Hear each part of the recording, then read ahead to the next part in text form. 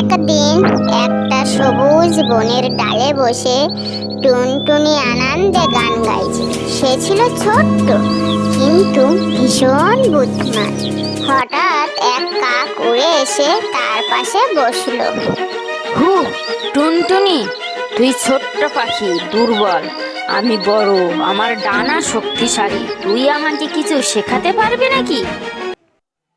আরে কাকদা, শুধু বড় হলে কি হয়? বড়দেরও অনেক সময় ছোটদের থেকেও শিখতে হয়। কিন্তু কাক ছিল খুব অহংকারী। সে ভাবে ছোট্ট টুনটুনিকে সে কিভাবে হারাবে। আরে ধুর, তোর মতো ছোট্ট পাখি আমাকে শেখাবে? আমি তো আকাশে উঁচুতে উড়তে পারি, তুই তো আমার সামনে কিছুই না। আচ্ছা কাকদা, একটা প্রতিযোগিতা করি না, দেখি কে আগে সুন্দর করে গান গাইতে পারে। হা হা হা, গান গাইতে হবে? তুই কি ভাবছিস আমি তোকে হারাতে পারবো না? প্রথমে গান শুরু করলো কাক, কিন্তু তার গান ছিল খুব কর্কশ। কা কা কা। ওরে বাবা, এ কি ভয়ানক আওয়াজ! এ তো গান নয়, এ তো চিৎকার।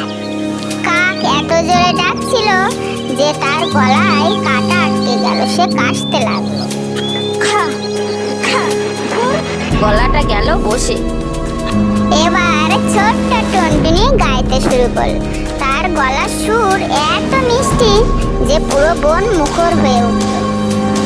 টুন টুন টুন, ছোট হলেও খুব বড়, গান গাই আমি সবার জন্য।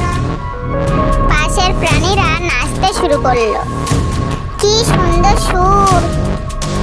আহা, টুনটুনির গলা কত মিষ্টি!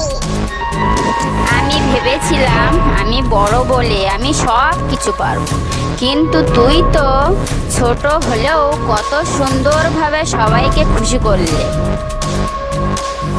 দেখলে কাকদা, শুধু শক্তি বা আকারে বড় হলেই হবে না, জীবনে বুদ্ধি, কৌশল আর ভালো